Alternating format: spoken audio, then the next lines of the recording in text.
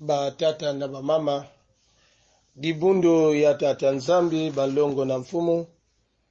na kilokola yayi to na kilumbu ya bubu yayi kilumbu ya lundi 25 janvier 2021 nzambe asili kosalela biso ya koleka tongulu na nzambe esili komonana po ete mokolo lelo tozala compte parmi les vivants ni wana tozali kobanda liyangani ya tongo lelo na kombo ya tata mwana pe molimo mosantu. Venez à moi vous tous qui êtes fatigués, chargés, je vous donnerai du repos. Amen. Toko telema ba otoko telema na kozwa kontiki ntwadi toko yimba kontiki ntwadi numéro 400. Kontiki ntwadi numéro 400. Betoke kuyimba ya mutela. Bakunkembi vozo la kwase kwingi kwenda kwa beto babo kadi isu kafidu sampe ekafwila masumu mamu edika zambi zolele bantu babo okedika zambi zolele bantu babo isumvuluzi eto wafwa bana chiwati bana nande asimenga mbumatengolwa kamba voka kumbanzila pe edika bana chika kumbanzila pe okedika bana chika kumbandila mpe mokingwilu mumbanza yampa katutungila muyanditsi butumani sizingo banza sitwatambulwa kwa mbuluzi monompe mbekinzo muna banza yampa omonompe mekinzo muna mbanza yampa omatondo kwa mvuluzio ekwanza mbimpe idyetose kadibeto tuzai kuswavo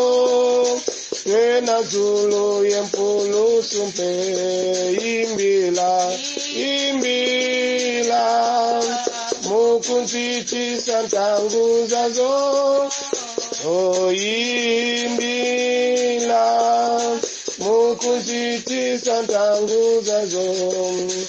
omatondo kwa mvuluzio ekwanza mbimpe idyetose kadibeto tuzai kuswavo twena zulu yempulusunpe imbila mukunziti santangu zazo ayimbila mukunziti santangu zazo betoke kuvwanda na betoke kusambila masiya nini tokokolo bana tongo elelo sokinde ko sanjola yote sokinde ko kumisa yote na oyo nzambe osili kosala butu ya laki molai meloboko na yo oyo ekangolaka isunga esili kolakisa ko nzambe yo ozali pe osungi bolakisi bo nene na yo bolamu na yo to bolingo na yo elelo tala ndenge tosili kotelema na tongo elelo tala ndenge nzambe osili kopesa biso tongo elelo ni wana tozali konetola yo na sime konetola yo masiya tozali kopesa mitema na biso na maboko na yo esili koyeba mitema oyo etondi na mbindo mitema oyo ekani etonani na makanisi oyo nzambe osili koyeba makanisi nde ya mbindo mena nzela ya mwana Yesu Kristo tolingi ke makila na yo esopana na ndembe oyo, makila oyo ekangolaka, makila oyo esokolaka nzambe ekoba kosokola bilamba ya molimo ya mitema na biso porque nzambe tozalisa mapembe esokola elenge mwasi mobali tata mama oyo nzambe asili kolela epa na yo, asili kosenga epa na yo, asili kososola nde asili kosala ya mabe porque na tongo elelo nzambe oyo nyonso asili kobombela biso ya malamu toyamba ngo na kati ya bopeto nyonso wanalimisa pezwa ebonga ya culte oyo ebandeli pe suka yo kamba yo loba yo sunga na komona masia tosili kobondela nde na esengo wana tozali kokumisa yo na koloba ngei mfumu eto ufweni mutambula nkembo yenzitusu ye lulendo kadinge ye wasema bya byonsono mudiambu dya lusolo lwako byakala ye byasemwa. Amen. Mutindu ngonda kena kukwena na kusukisa betokele na mambu ya nzambi ya ngonda ya janvier inakele na nkande ya Yohane kikapu ya ntete kibuku ya ntete Jean au chapitre 1 le verset 1 bika beto kufutukila ya. Au commencement était la parole était avec Dieu et la parole était Dieu. Au commencement était la parole était avec Dieu et la parole était Dieu. Ni na mambo ya na lusambulu na nzimbu ina beto mekuimba beto kena kusudisa dibundu ya tata nzambe balongo ya mfumu inake kuna na Oceani, inake kuna na Asia, inake kuna na Europa, inake kuna na Afrika na Amerika bisika nyonso oyo tosili kofanda oyo tozali kolanda ndeli yangani oyo tongo tolobi lingoma na nzambe mbote na biso mbote diake ni wana betume kuzonda bika tuiza gotomo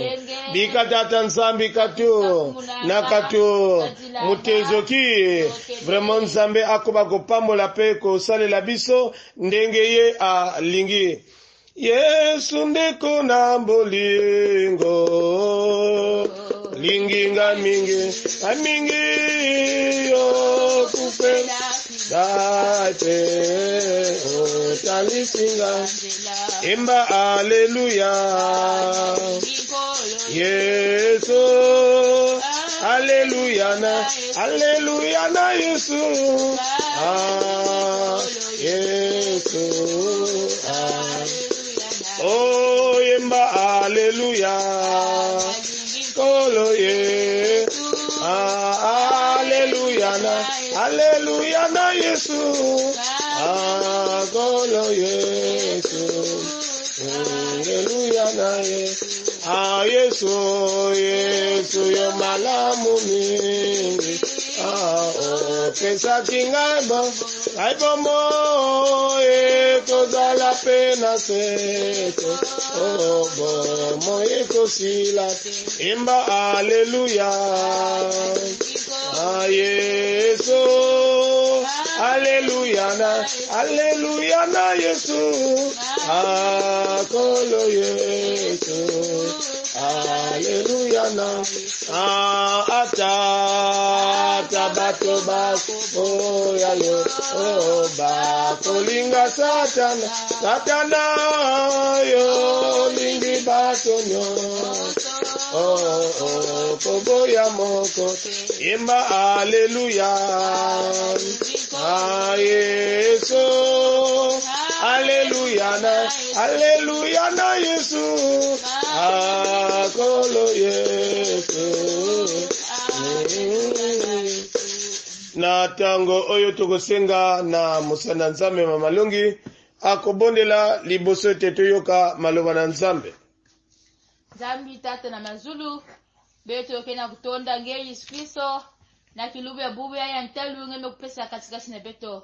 o matondo na nge ya nzambi na ntangu ya ngeme kupesa katikati na beto tangu mekulunga Yesu Kristo ina beto jula kuwa mambo yange chutkubika mosi ya nzambi jibu nimekuyonza maimeni samuchi beto kena nsatu ya kuwange sikwiza ngemosi twajisa ngemosi yala bandamba tukulu chinsukunu bampefe ina nzambi kakutwasaka nkumbe ngeve biga ya kukwena ntama katika sina beto kele kaka na nsatu ya presence nange beto kaka na nsatu ya venzambi ya kuwa nzinga nge nikune ya venzambi chizonza nge zibunju mekuvana imeni na nkumbe ya tata mwana pefe longo betume kulomba mchindu ina amen amen. Mambo ya nzambi ina betuke kulongoka na kilumbu yai ni na guide biblique mekupesa beto maloba oyo ezali na mokanda ya Yohane Jean au chapitre 3 le verset 16 jusqu'au verset 17. Jean au chapitre 3 le verset 16 jusqu'au verset 17. Yohane kikapu ya 3 kibuku ya 17 te kibuku ina ya 17. Yohane kikapu ya 3 kibuku ya 17 te kibuku ina ya 17. Ina betu mekutala yao betu ke kutanga na nkumbu ya Yesu. Car Dieu a tant aimé le monde qu'il a donné son Fils unique afin que quiconque croit en lui ne périsse point mais qu'il ait la vie éternelle. Dieu en effet n'a pas envoyé son Fils dans le monde pour qu'il juge le monde, mais pour que le monde soit sauvé par lui. Amen. Amen. Bieka mambo yange mutinge kenzambi ya mbiekolo. Amen. Mamali kambo oyo tozali nango na ebandeli ya semaine oyo, chaque semaine tozali na mamali kambo oyo toyekolaka oyo tolobi na lopoto un thème hebdomadaire. Et donc le thème de la semaine est intitulé L'amour dans l'enseignement de Jésus-Christ. Bolingo kati na Mateo ya Yesu Kristo, luzolo na kati ya bandongolo ya Yesu Kristo, luzolo na kati ya bandongolo ya Yesu. Batata na bamama libota na nzambe ezalinde na malobato likambo oyo esili ko simba attention na biso oyo esili ko kangisa biso ya liboso na kati ya mama likambo oyo ni likambo oyo balobi bolingo likambo oyo balobi l'amour. C'est ce qui nous attire en premier avant d'entrer dans les enseignements de Jésus. Et donc nous pouvons définir l'amour na kutuba mutindi ya sentiment vif qui pousse à aimer, à vouloir du bien, à aider en s'identifiant plus ou moins. Ina ni diambo betolenda tuba ya luzolo. L'amour, sentiment vif qui pousse à aimer, à vouloir du bien, à aider, à s'identifier plus ou moins. Et donc pour conclure, nous pouvons dire en quelques mots, betolenda zonjila mutunia na kutuba que donc le zolo, l'amour c'est se donner, c'est-à-dire le zolo niku ki pesa un sentiment inake na kunata beto na kupenda kukipesa na kusadisa na kuvanga inakele ya mbote kosala. Donc le zolo bolingo ezali sentiment oyo ezali komema biso nde na ko aider, ezali komema biso na kosalisa na kosala nde ya malamo e batango oyo konso makambo oyo kokomema kende toyeba na bayeba tomona na nyonso ni wana tokokoloba nde likambo ya bolingo ni na betulenda zonzila diambo ya luzolo e ina betume kufika ya me luzolo kena kunata betu na diambo ya kuki pesa bolingo ezali komema biso na kati eteni ya komi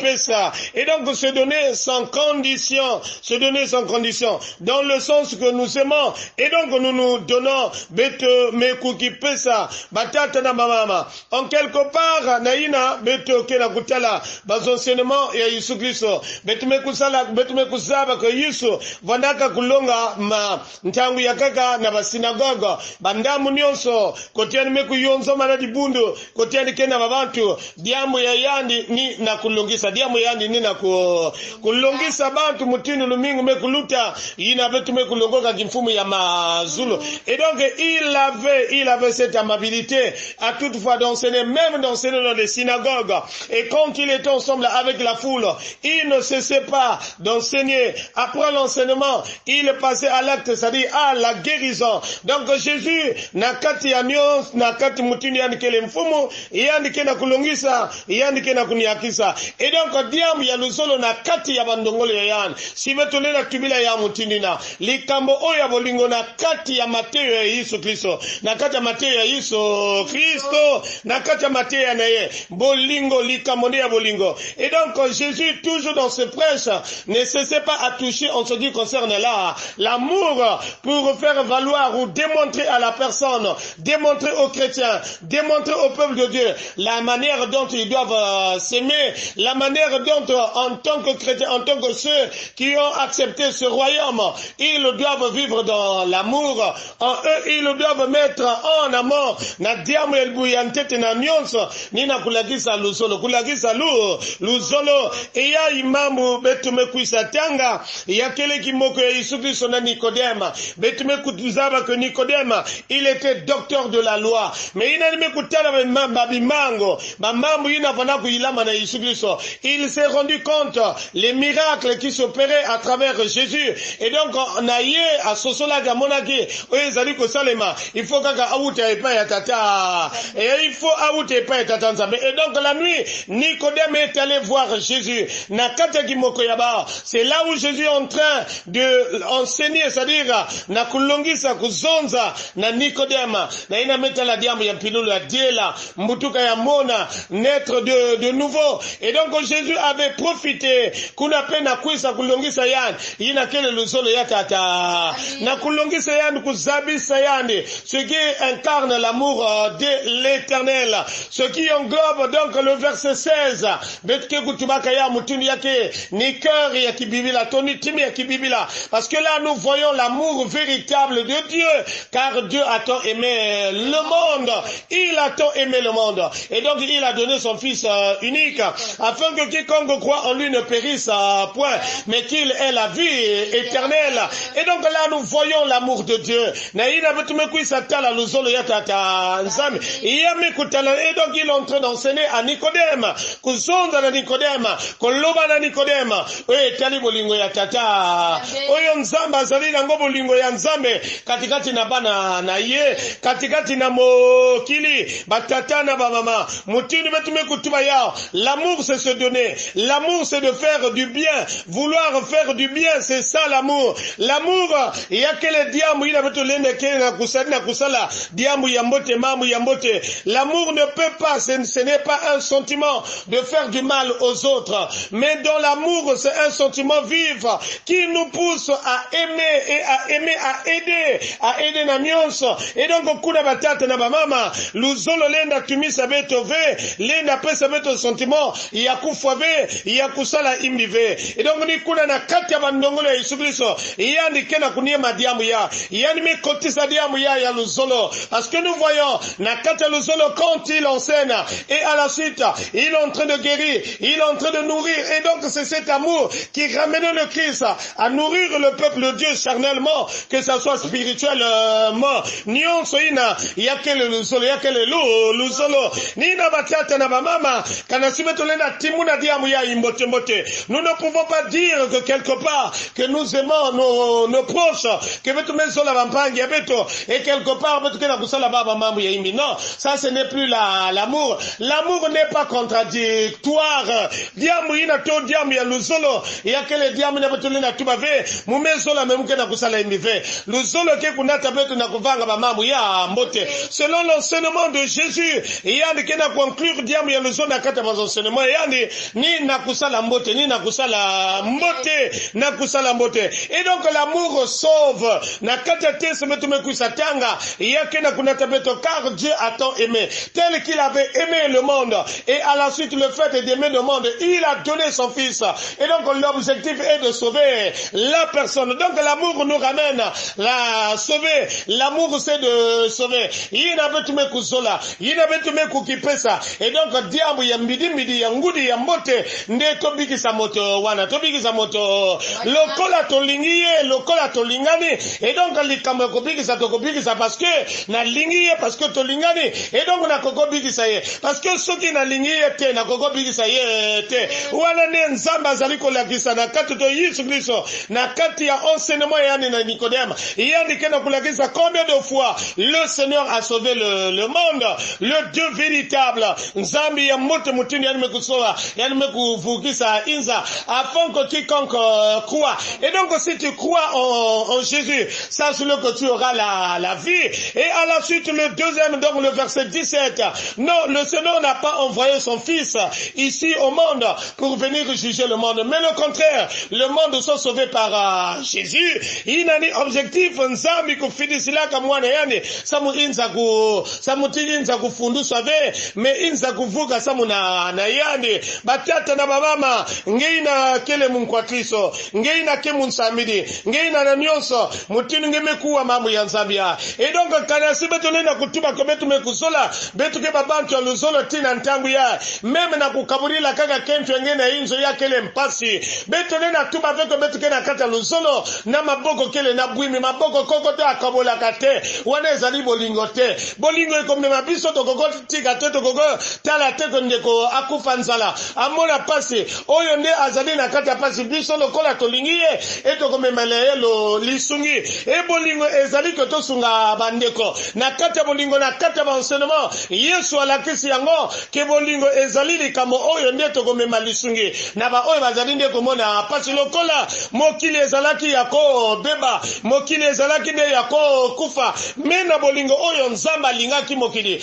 atini mwana na ye moko eko tina mwana elingo lobaka ye moko amitindaki ye moko ne ayakaki parce que koyaka ya Yesu Christ nous voyons Dieu en personne venir sauver l'homme c'est pour cela que nous savons que Dieu parmi nous comme le disons Emmanuel et donc bolingo koko loba ozali olingi motote ko ngana lingi même soki yake soki azali komona na te mobumi bale 2 ans 3 ans ozali komona ete donc ce n'est pas ton problème et donc ozomona ngo motema ezali kobeta te ekuna na bato ko loba ko ngana lingi na lingi non wane komi fausseté wane komi tala moto o balinga ka bokoko legisa journée te soki bomona ni ete olingi donc olingi ko batango ndio somona ka ye ou bien que soko moni lokola moto wana ou bien likamona ndio olingi donc olingi ko batango ndio azala ka pene na yo lokola kaka to mona ka bolingo ya mwasi na mobali et donc lokola balingani et donc balingi batango ndio bazala elongo bakoko tika te ba mosusu balobi ko bazali Johnny et Sylvie et donc c'est pour cela les enfants de Dieu babani et katanzambe il faut bazala bato ya bolingo il y a nous pouvons dire il y a un musicien profane il a meyi milaka nzimu ina na kubakusa ina ntango nimekusa bakusa diamu ya luzolo nikuna nikena kuimba nzimu na kutuba bolingo za maladi mabe dokotolo nango motema septembre nango susi kasikisi na yango se présence ya moto oyo ozali kolula lokola na lula masia yende kisinanga et donc il avait compris dans l'amour lokola tolingi na nyonso donc remède na nyonso oyo bolingo ezali de présence ya moto oyo ozali kolula et donc présence ya moto oyo ozali kolula nde lokola ya lula masia wana ni ba musicien profane et donc si beto me kota na kata ki bibila na kinsabi mutini betole na voanisa ya makedika singekele munsamidi ngeke na luzolo ve tu ne peux pas dire que tu es enfant de Dieu parce que Dieu est amour Dieu est et donc obligatoirement ceux qui se disent enfants de Dieu obligatoire automatiquement ils doivent pratiquer l'amour et donc si tu ne pratiques pas l'amour tu n'es pas de Dieu et donc si tu n'es pas dans cet enseignement de Jésus na kata luzona nyoso ngele na sola kana tanzambe ve ni kuna bika na kilokola ya yani mosinzambi tatamana kubangulila beto lumingu nyoso ya temia isamuti beto kota na kata luzolo kuvwanda babantu ya luzolo kusingama na luzolo kuvwanda ba krete ina ke kunata luzolo bandamu nyoso babifulu nyoso mutindu Yesu kena kulongisa yao mutindu Yesu Kristo mekutula yao na kata bandongolo ya yani parce que muntu ina akele na luzolo ve yani mekuzaba nzambi ve mekansi nzambi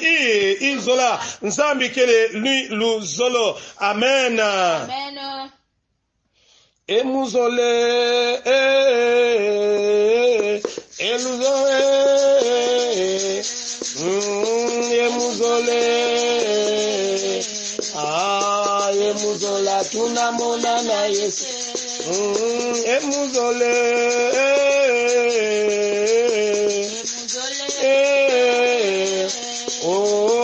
emuzole emuzola tunamona na Yesu damilongi lusalamu kintwadye badibundu lusalamu kintwadye mukiyenge kya mfumu eto Yesu emuzola kwa mfumu eto Yesu emuzole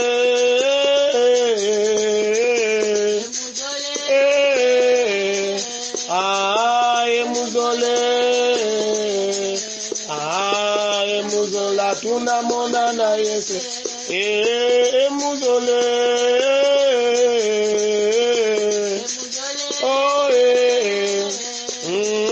emuzole emuzola tunamona na Yesu diaka betike kulomba na mamalungi ke kusambila ke tata nzambi kutunga makande ya beto na kata luzolo tata nzambi kutunga kinzambi ya beto na kata luzolo mpeve ya nzambi tatamana kulakisa beto diambu ya luzolo ina ketunga makanda ina ketunga bisalo ina ketunga kisingi ya beto mamalungi bondela nzambi tata beto na mazulu jaka ni matondo Yesu Kristo beto kena kufutule na nge ona suje ya mbote ngeme kupesa katikati na beto ngekele muntu ya zola nikuna ya venzambi ngeme kuza kulakisa pe beto zola wapi muchini beto fana kujatile na mampangi wapi muchini ya venzambi beto fana kujatile na kati ya jibundu to na kati ya bisela beto Yesu Kristo lefo kila beto nzambi kana beto mekusala kitantu katikati na mampangi kana beto kana kukangala mampangi ba enemy Yesu Kristo nikuna mfumu ngemosi sadisa beto tuadisa beto ya venzambi na beto mosi fe beto ke kulenda ve tipika mpeve nge ya venzambi ya kutuadisa beto bika timpeve nge lulendo Yesu Kristo ya kuyala beto samuti mfumu beto kukangama na kati ya zola muchindu beno tatu na jizulu beno kele kintwaji beto si beto fana kuvana kintwaji oni kuna ya venzambi wila beto muchindu kele zola na lemvange beto mekulomba muchindu ina amen amen dia kanzambi ya beto betukena kutatamana kuyekola kisalo ya kiselo yana maboko nange yomoto siriko yeba na tonga lelo oyo azaliko kene mosala bisika oyo nzambe bantame na ye koniata esika oyo nzambe ndeba kokende ndeba kokoma oyo bakosala tozaliko pesa ngo nyonso na maboko na yo nakolo bako yo zala mokambi nakolo bako yo zala mosungi lokola ndena ebandeli nzambe ya mobu oyo to pesa gi nyonso na maboko na yo ezala ba projet ezala makamelo lolenge na lolenge oyo tolingi to sala ngeta mana voana na mantwala na manima nzambe ina tumekuisa kuwa mambo yenge mutinu kiseno na ngeme kusambila obetukena kutatamana kuyekola ba makande na mekumaka deshire ina leki na yaya balenda wisa na diakave ina ngwankasi na mamankasi balenda wisa na diakave ina nkasi na kibusi bakena wisa na diakave parce que nzambi luzolo mekokono na katiaba et là où il n'y a pas l'amour véritable il y a que l'incompréhension qui règne là où il n'y a pas l'amour véritable il y a que la division qui règne là où il n'y a pas l'amour véritable c'est le diable qui va régner parce que le diable n'est pas l'amour. L'amour c'est toi Jésus. Nina na bandana kilokola ya na lumingo nyonso ya longisa beto luzolo beto kuvwana kukangama babantu ya luzolo. Nous voulons que l'esprit de Dieu que tu nous enseignes l'amour et que tu connais combien de fois qu'on est en train de faillir à ce point mais luleno na ngenzambi ya monika lumingo nyonso ya longisa beto luzolo kotisa beto na luzolo vuandisa beto na luzolo nuika beto luzolo yebisa beto luzolo na nyonso tata nzambi beto tatamana kuvanga to kuvanda babantu to ba chrétien yina ke vanga mato ke kangama na diamo luzolo totoni parce que nzambe aussi ko yoke la biso totoni parce que nzambe ko kamba totoni parce que nzambe yoko sunga mobateli na biso batango nyonso na komo na Yesu nzambe na bomo to bondeli amen. Nina batata na bamama biselo ya paroisse ya Mayangi me kuvutula beno matondo pepe tukena kuvutula samo na ndingumunu ya beno na lumingo nyonso ya mutendo tumeguzaba shakusuka ni kutambulaka bazodio ya suka donc babiselo ya paroisse ya Mayangi ke na kufidisa beno bambote journée ya voile ya mbote na beto nyonso tikaete na tango oyo to ya mapamboli na nkolo ngolu na nzambe oyo leki bangolu nyonso eyingela katikati na bino epambola bino panda lelo tisuke kekeli ngoma na nzambe bozala bokende to bokende na kombo na nzambe na kati ya mapamboli na nkolo amen amen, amen. Matondo journée ya mbote na beto nyonso